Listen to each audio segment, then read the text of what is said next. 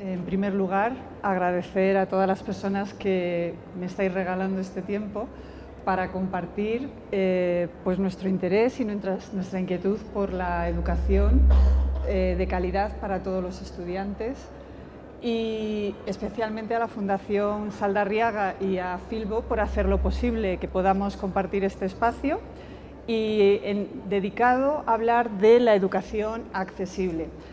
Educación accesible que vamos a centrar en dos aspectos, lo que es la perspectiva inclusiva, es decir, la educación accesible entendida como educación para todos los estudiantes, a la que tienen acceso todos los estudiantes, y el modelo del diseño universal para el aprendizaje como un referente, como un marco para llevarla a cabo, para hacerla realidad.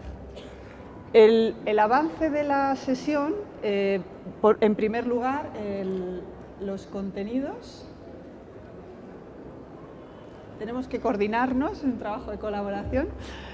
Primero voy a hablaros un poquito, para aquellos que no conozcan, el marco del diseño universal, y del marco del diseño universal pasar al modelo del diseño universal para el aprendizaje, su organización, en qué consiste, cómo se organiza en principios y pautas, y cómo nos puede ayudar a lograr una educación inclusiva o una educación de calidad para todos.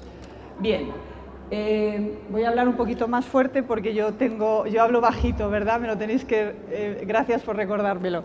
Bien, pues pasamos a la siguiente diapositiva, en la que me gustaría llamar la atención que hemos avanzado mucho en la calidad de la educación. Si miramos un poquito hacia atrás, podemos ver que la educación hace unos años realmente era mucho más excluyente. Y hemos avanzado, pero nos queda mucho por hacer, porque el hecho de que casi todos los estudiantes, o prácticamente la totalidad de los estudiantes, estén escolarizados, hayan tenido acceso a la educación, no significa que la educación sea accesible. Ahí es donde vamos a tratar de poner hoy la mirada, en cómo hacer que cuando los alumnos están en los contextos educativos realmente tengan acceso a los procesos de aprendizaje, a poder aprender. ¿Avanzamos?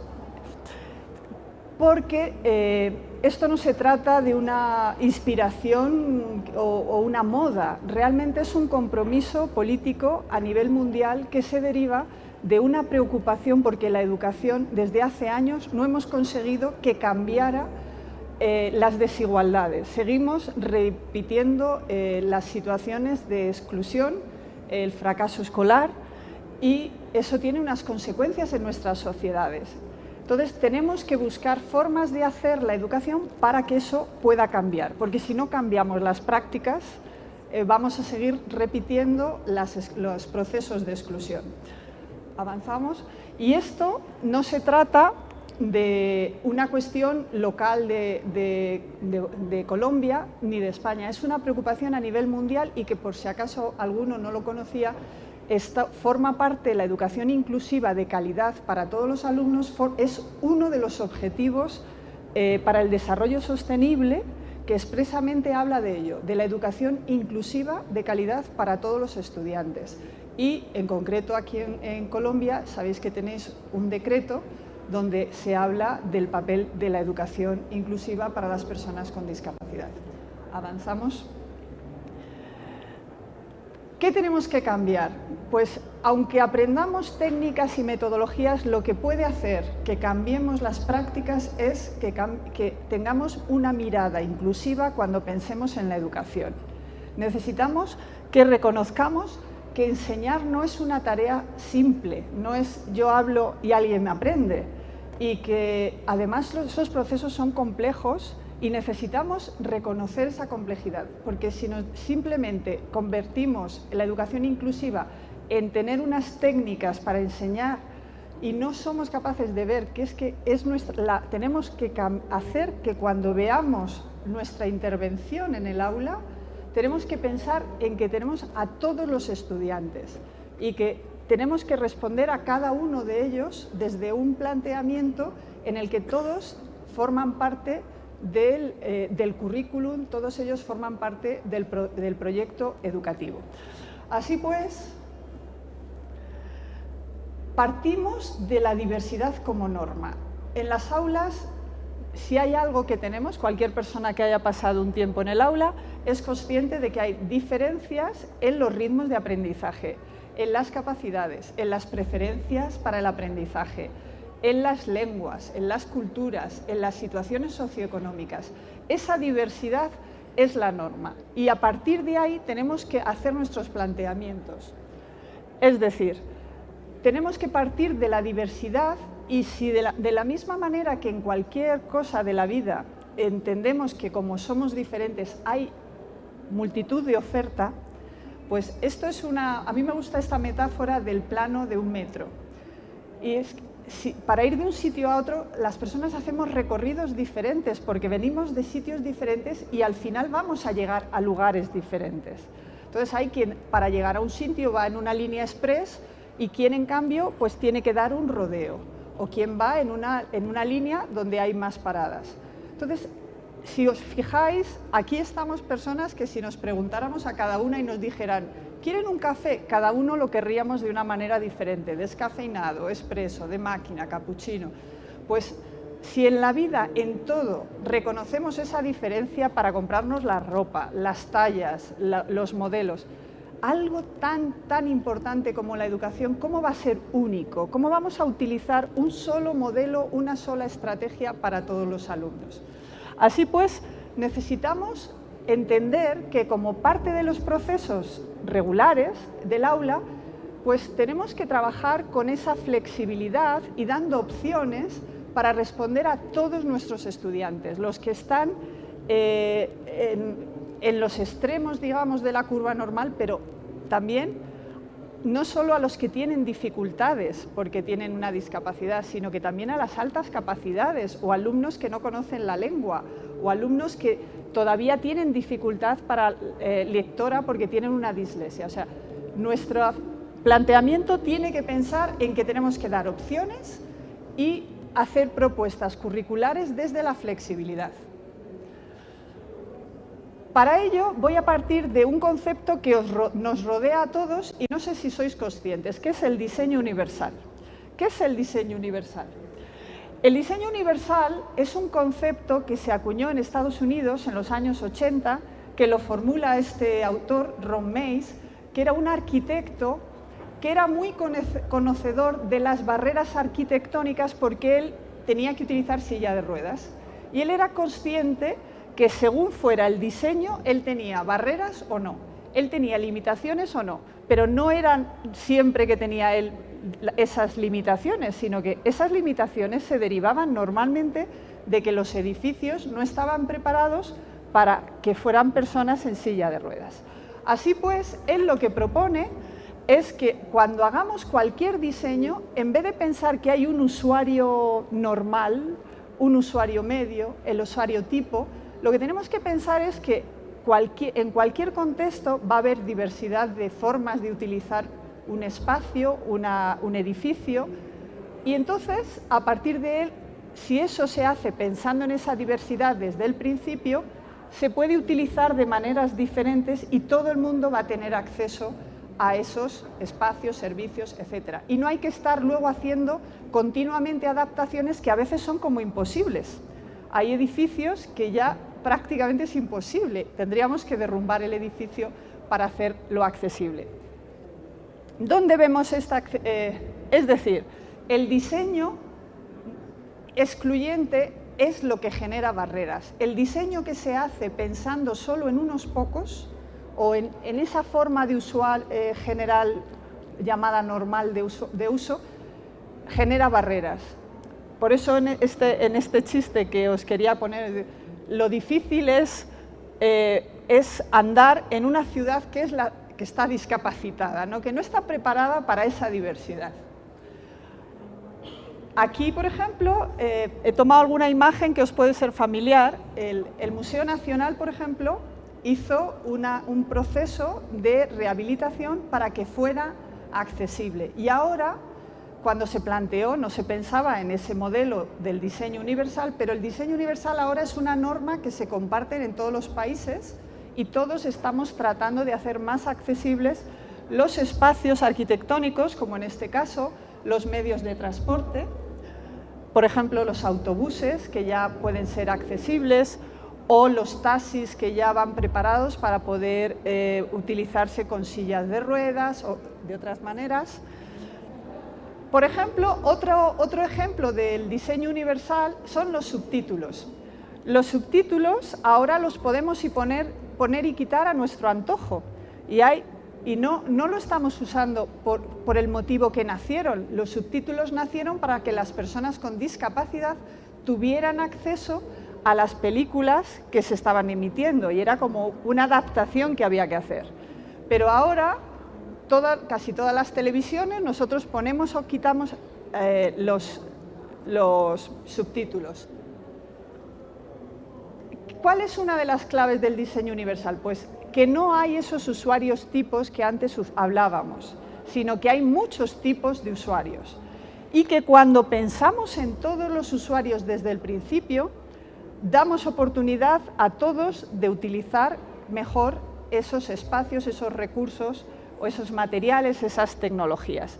Y eso nos mejora a todos, porque al final no solamente usan las rampas las personas que van en silla de ruedas, sino que cualquier persona, cuando se hace un diseño pensado en todos, cualquier persona puede utilizar esos diseños en el momento que consideran oportuno. ¿Qué ocurre en el caso de la educación? Pues si tomamos la idea del diseño universal llevado a la educación, hace el diseño universal para el aprendizaje. Porque si hay diferencias en el transporte y en los edificios, en los contextos educativos también los hay. ¿Por dónde se identifica si nuestro diseño es adecuado? Bueno, pues pensando, cuando nosotros vamos al aula, vemos en nuestras aulas, si pensáis en un momento en vuestras aulas, ¿qué barreras tienen vuestros estudiantes? Generalmente, muchas de las barreras tienen que ver con la cultura escrita, porque hay muchos estudiantes que todo el predomina es la lectoescritura, que es importantísima. Yo soy una defensora de la lectoescritura, pero durante el proceso, mientras nuestros alumnos aprenden, no pueden estar sin aprender, porque como todo es o lectura o escritura, ellos no pueden aprender. Tenemos que buscar medios para que mientras mejoran en la lectoescritura puedan seguir aprendiendo. Pero hay un problema entonces, que si no tenemos en cuenta esta diversidad y hacemos un currículum solo para que se haga de una manera, encontramos que eso genera barreras para que muchos estudiantes puedan aprender. Y no significa que es que no haya que lograr los objetivos, es que puede haber distintas formas de llegar a lograrlos, distintos momentos, distintos ritmos. Y luego además hay una parte importante, y es que la teoría de las inteligencias múltiples, las diferencias en preferencias para el aprendizaje, eso también nos da unas pistas de que hay muchos componentes en el cerebro y en el aprendizaje para lo que tenemos que preparar a nuestros alumnos, de tal manera que si nosotros damos múltiples oportunidades, todos los alumnos estarán beneficiando de aprender distintas formas de comunicarse, distintas formas de expresarse, etc. Vamos a ver, ¿avanzamos? El diseño universal para el aprendizaje es un modelo que toma como referencia el concepto del diseño universal, pero lo utiliza para crear contextos educativos que sean accesibles a través del currículum. Este modelo lo formulan un grupo de científicos de Estados Unidos, en el estado de Massachusetts, en Wakefield, y ellos fundan el CAST, que es un centro para la investigación. Empezaron para las tecnologías accesibles y en su investigación construyen este modelo que es el diseño universal para el aprendizaje. Estos son el grupo de científicos. ¿En qué consiste? Bueno, pues el diseño universal para el aprendizaje es un modelo que tiene como objetivo crear contextos educativos en los que puedan aprender todos los estudiantes. Pero se basa no en una teoría que ellos quieren crear, sino en la sistematización de los resultados de las prácticas docentes y de las investigaciones en lo que nos aportan para que han demostrado que son experiencias o formas de intervenir que enriquecen algún proceso de los que tienen lugar dentro de los procesos de enseñanza. Entonces, crean un marco que se basa... ¿Pasamos? Ah, perdón. Que se fundamenta... Perdón. El anterior, es que no lo había visto, perdón. Ha habido una sincronía. Ahora, el siguiente. Bien. Entonces, ¿en qué se basa? Pues, en primer lugar, en tener en cuenta que dentro de la clase, de la misma manera que el diseño universal no se basa en que hay un usuario tipo, en el aula lo que nos hace mejorar la práctica es pensar en los que tienen dificultades. Porque eso nos reta a buscar las soluciones. Mientras que todo funciona, decimos, bueno, repetimos, repetimos, y el hecho de pensar en aquellos estudiantes que tienen alguna dificultad, que tienen alguna barrera, que necesitan más porque tienen que aprender más, pueden aprender más. Eso es lo que nos mueve. Los estudiantes que si estuvieran situados en una curva normal estarían en los márgenes, son los que nos hacen reflexionar y mejorar las prácticas educativas. Porque ahí buscamos, aquí hay un problema, ¿qué soluciones le puedo poner? Por otra parte, plantean la importancia de la diversidad y de la flexibilidad para los procesos de enseñanza, que tienen que ver también con la diversidad neurológica y la diversidad en las preferencias perceptivas, etc.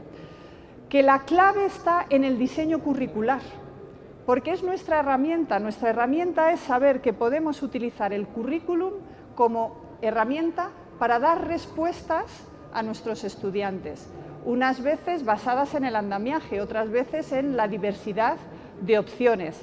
Pero nuestra herramienta es el currículum. Nosotros, como dice Rose, no podemos cambiar a nuestros alumnos. Nuestros alumnos llegan con la esperanza y con la ilusión y con la meta de aprender.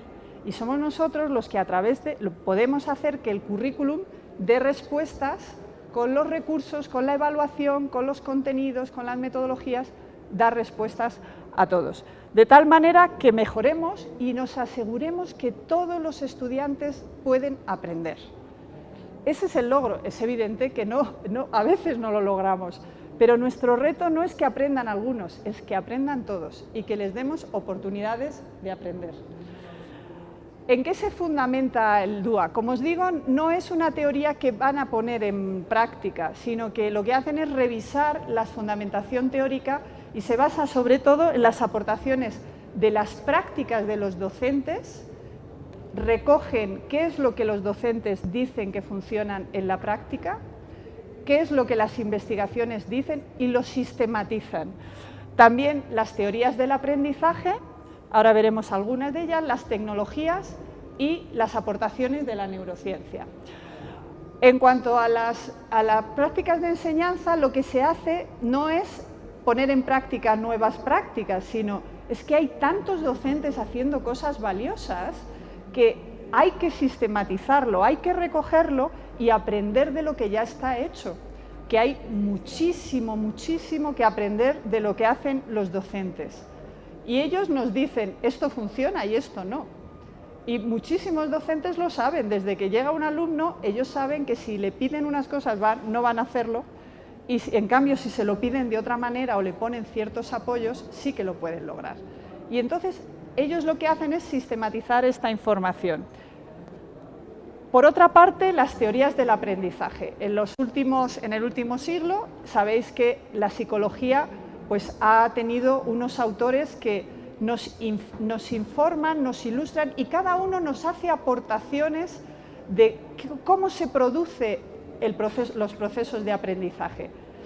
Con frecuencia yo con mis estudiantes me río porque ellos, cuando son especialmente jóvenes y son de formación inicial, ellos como que leen las distintas teorías y dicen, yo soy de Gardner o yo soy de Vygotsky, porque como se creen como que hay algo que va más con ellos o que es mejor, ¿no? Yo soy del Real Madrid, yo soy del Atlético de Madrid, pues yo soy de Gardner o yo soy de Vygotsky.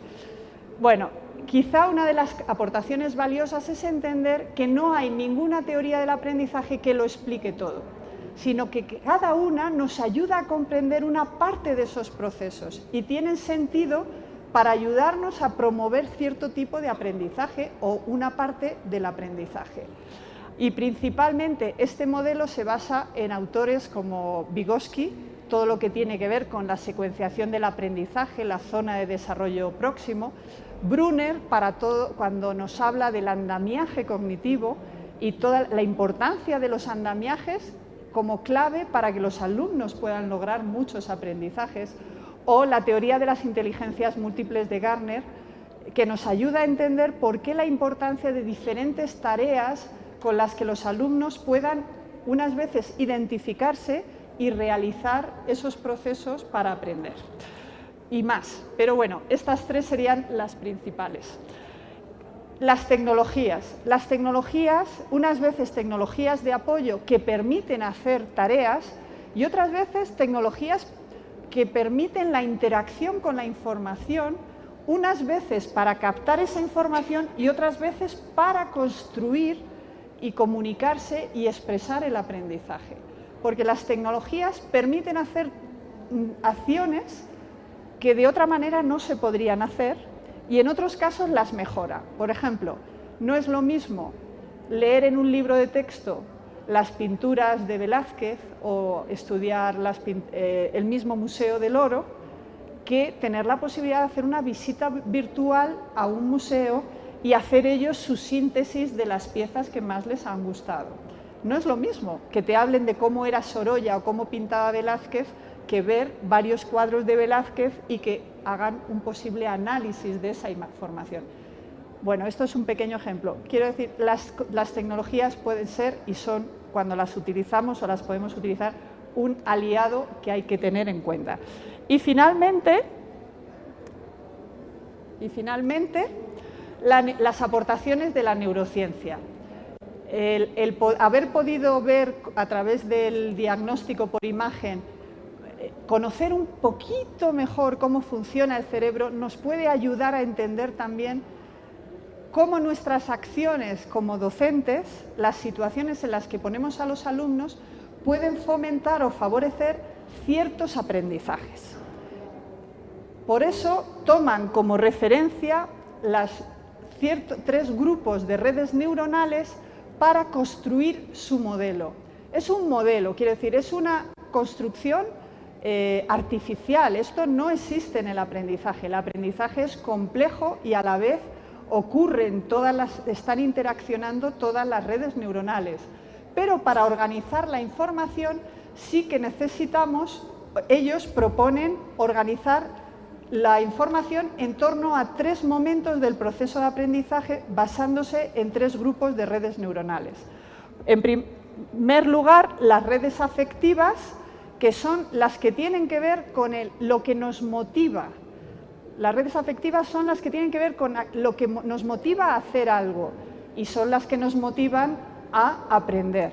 Entonces, hay un principio que ellos formulan y es que para activar las redes afectivas tenemos que proponer múltiples formas de implicarse o participar en el aprendizaje para que haya oportunidades de que cada estudiante pueda activar e implicarse y activar la motivación para aprender.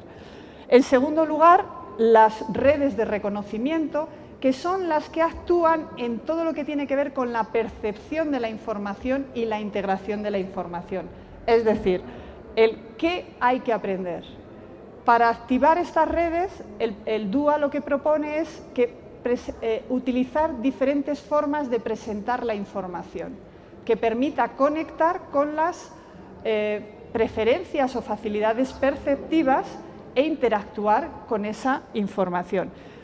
Y en tercer lugar, las redes estratégicas, que son las que tienen que ver con la planificación, con la acción, con el pensamiento estratégico, con la toma de decisiones que permiten que se logre el aprendizaje.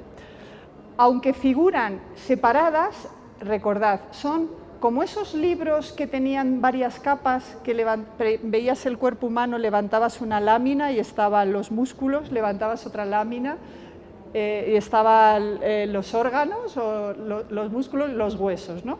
Pues pensad que se trata de un mismo hecho, pero que nos ayuda a focalizar la atención en una parte del proceso, en otra parte del proceso o en otros aspectos, porque a veces cuando lo intentamos ver todo a la vez, no tenemos capacidad de profundizar o de ver en profundidad el proceso.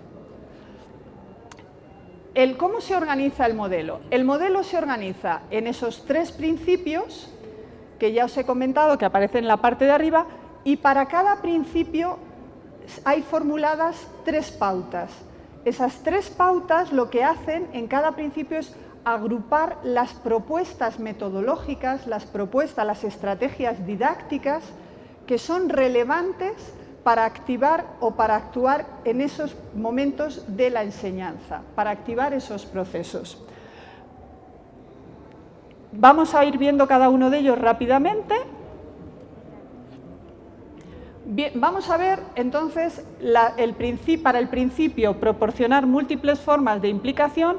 Hay 3 pautas: proporcionar opciones para captar el interés, proporcionar opciones para mantener el interés y lograr el aprendizaje, persistir en el aprendizaje, y en tercer lugar, proporcionar opciones para la autorregulación.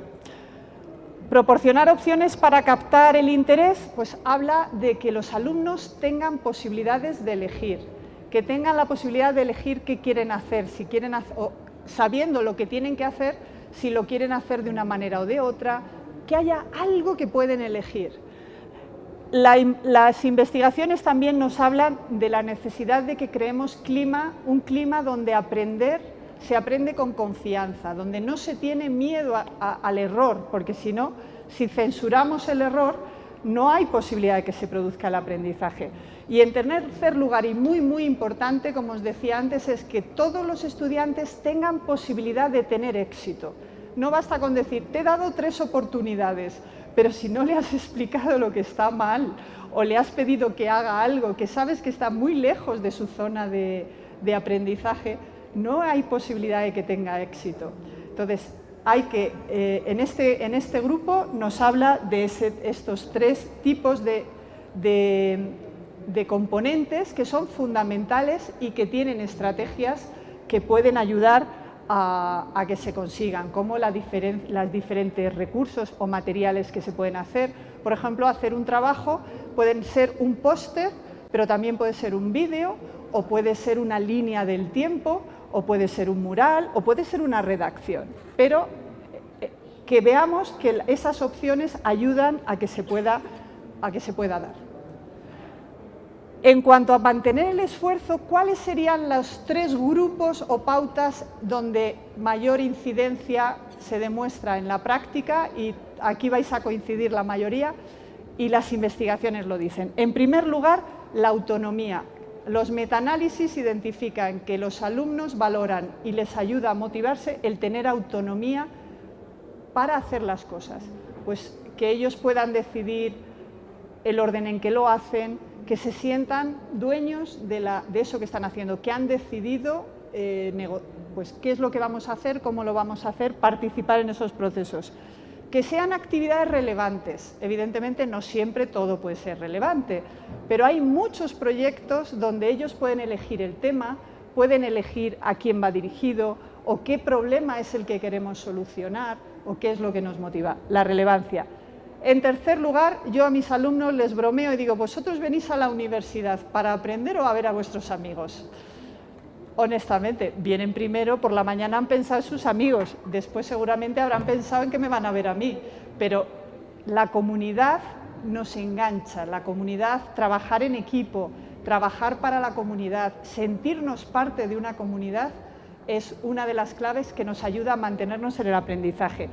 Y marcad esto en letras de oro, proporcionar feedback. El feedback es uno de los componentes que ayudan a regular el aprendizaje. Es fundamental. El feedback no se da, se ha demostrado que no tiene eficacia al final del aprendizaje. El feedback hay que darlo como parte del proceso de aprendizaje. Pasamos, porque hay mucho que deciros y no me quiero entretener. Y finalmente, y muy importante, desde el principio, desde infantil, tenemos que trabajar la reflexión, la consciencia. Nuestros alumnos tienen que ser conscientes de su aprendizaje y reflexionar, tener capacidad de reflexionar. La capacidad de reflexionar no es algo que nos sale cuando crecemos, es decir, lo mismo que me salió la muela del juicio, ahora me ha salido la reflexión. No, esto es algo que si aprendemos a hacerlo, a reflexionar, a analizar, a conocernos a nosotros mismos, a tener estrategias para regular el estrés, estrategias para resolver los conflictos y para tener capacidad de regular el aprendizaje y tener ese control, estaremos creando individuos autónomos que tengan capacidad para aprender. El segundo grupo, vamos a hablar ahora de las redes de reconocimiento. ¿Cuáles serían las pautas que se proponen para proporcionar múltiples formas de representación? Serían tres. En primer lugar, la información. Si hay diferencias perceptivas, que las tenemos todos, es coherente que la información también se presente a través de diferentes formas de presentación. Unas veces escritas, orales, etc. También hay que proporcionar opciones para el lenguaje y los símbolos, porque es un componente fundamental. Si no se entienden las palabras, difícilmente vamos a poder resolver un problema o vamos a poder trabajar en una estrategia. Y finalmente, proporcionar opciones para la comprensión. En las diferentes opciones para la percepción estamos hablando de que vamos a tener alumnos que por distintas circunstancias, puede ser por discapacidad sensorial, puede ser por dislexia, van a necesitar que utilicemos varias vías de acceso a la información o que busquemos apoyos para que se tengan acceso. Y para ello lo mejor que podemos hacer es garantizarnos que utilizamos distintas formas de presentar la información. Como sistema, metódicamente, nos acostumbremos a que la información esté en distintos formatos para que quien lee muy bien pueda leerse el Quijote. Esta mañana ponía este ejemplo, el Quijote en versión antigua, castellano antigua, pero otros que no leen tan bien, pues pueden leerlo a través de un texto escolar, o es preferible que antes de que no aprendan nada, que vean unos dibujos animados o que aprendan de un cómic, pero que aprendan. Lo que no puede parar es el aprendizaje. La información tiene que llegar al cerebro, no podemos tener agujeros negros. Y, por ejemplo, las tecnologías nos pueden permitir también pues, tener películas o versiones en distintas lenguas de un mismo material para acceder a ello. Proporcionar diferentes opciones para el lenguaje y los símbolos tiene que ver con, una vez que se tiene acceso a la información, esa información se tiene que comprender, porque si no es relevante, no hay posibilidad de que se aprenda. Y no podría trabajarse con un concepto que no se ha entendido. Y aquí tenemos que trabajar mucho los vocabularios, los significados y sus conexiones con los conceptos. Y cuando hay alumnos que tienen dificultades, utilizar sistemas que les permitan ir adquiriendo el vocabulario. Dar opciones para el lenguaje y los símbolos, sean matemáticos. Pensad la cantidad de lenguajes que utilizamos. El lenguaje matemático es un lenguaje con su sintaxis, la formulación química, todo lo que son los gráficos, el español, el inglés. Estamos continuamente presentando información y necesitamos que se comprenda esa información, porque cuando esa información llega al cerebro necesitamos después que se incorpore y se integre. Es decir, tenemos que activar los conocimientos previos para que se creen relaciones entre los nuevos conocimientos con los conocimientos previos y se vayan anclando y conectando. A la vez que podemos facilitar ese aprendizaje a los alumnos utilizando modelado, organizadores gráficos que les permitan comprender cómo se procesa la información. Porque muchas veces damos por sentado que uno viene como los coches de fábrica con muchos procedimientos adquiridos y no. Nuestra función como adultos y como docentes es ayudarles a ver cuáles son esos procesos, porque muchos de esos procesos no son visibles. Entonces nosotros tendremos que hacer visibles los procesos para que se puedan aprender y transferir a para que esa información se pueda aplicar y utilizar en otros contextos. Y finalmente, las redes estratégicas. ¿Cómo activamos la parte, el componente estratégico del aprendizaje? A mí me gusta mucho porque es como la cocina. Hasta aquí hubiéramos dicho la motivación de preparar una cena, hemos comprado los ingredientes para la cena, pero ahora viene el momento en el que hay que interactuar con la información para que se convierta en aprendizaje. Y ahí tenemos que activar las redes estratégicas para que esto ocurra. Las pautas que se recomiendan, o sea, en torno a las que se agrupan las actividades para pensar en esta diversidad de situaciones y la complejidad del proceso, habla primero de que hay que dar opciones para la interacción física, es decir, tareas diferentes, donde se pueda aprender lo mismo, pero de formas diferentes. Un contenido, un objetivo, se pueda trabajar de forma diferente. Proporcionar opciones para la comunicación y la expresión, es decir, como os he dicho antes, cada medio,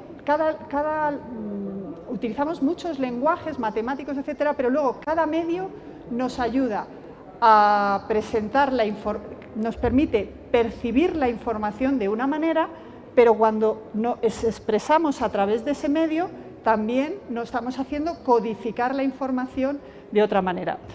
Y finalmente, trabajar las funciones ejecutivas, que es el cerebro del cerebro, y es lo que ayuda a que los alumnos puedan ir regulando y tener en mente lo que tienen que hacer, trabajar la memoria operativa, que es la que nos va a permitir la memoria de trabajo, y tener capacidad de visualizar en el tiempo, etc.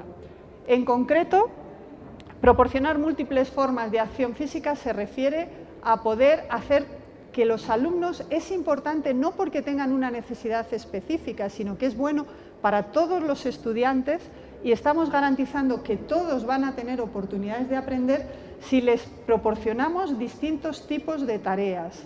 No puede ser que siempre sea leer y escribir, leer y escribir, leer y escribir, sino que unas veces tiene que ser leer, otras veces escribir, pero también es declamar, otras veces puede ser hacer una dramatización, otras veces es hacer una cuestión plástica, es un baile, es una dramatización. Todo eso lo que hace es que enseña y ayuda a que aprendan todos. Y las ayudas técnicas, aquí es una responsabilidad también saber qué tecnologías de apoyo existen para ayudar a eliminar barreras cuando un alumno lo necesita. He ido yo un poco lento. Una atrás solo. El proporcionar opciones para la expresión y la comunicación, esto es otra garantía. Medios de comunicación para captar la información, pero sobre todo que ellos aprendan a redactar, es el futuro. Ya no vale con saber leer y escribir. Nuestros alumnos necesitan saber comunicarse con otras lenguas, con otros recursos, con blogs, pero también puede ser con líneas del tiempo. Vamos a tener seguro alumnos que van a ser youtubers, influencers. Tenemos que ponerles el mundo a su disposición para que aprendan con ello. Entonces es importante utilizar distintas tecnologías, lo mismo hacer un programa de radio que una prensa, un cómic, etc. Y finalmente, y con esto ya terminaríamos, proporcionar opciones para las funciones ejecutivas. Es todo lo que les ayuda a regular el aprendizaje, a regular la planificación, ser conscientes de cómo me está yendo y tengo que cambiar, tengo que dedicar más tiempo, tengo que dedicar menos tiempo. Digamos que superar el actuar solo por ensayo y error. Es ser capaces de actuar pensando de manera estratégica y eso es una garantía que si se aprende desde pequeños les va a acompañar a lo largo de toda su vida. Y lo que queremos es que sean ciudadanos autónomos que tengan capacidad para aprender. Finalmente, con esto terminamos. En síntesis, por lo tanto, así se estructura el modelo. Se estructura en torno a esas 3 redes neuronales. Hay 3 principios y 3 pautas. Otra más.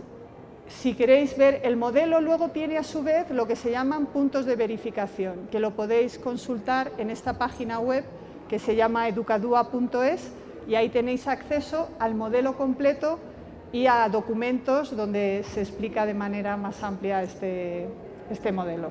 Pues hasta aquí.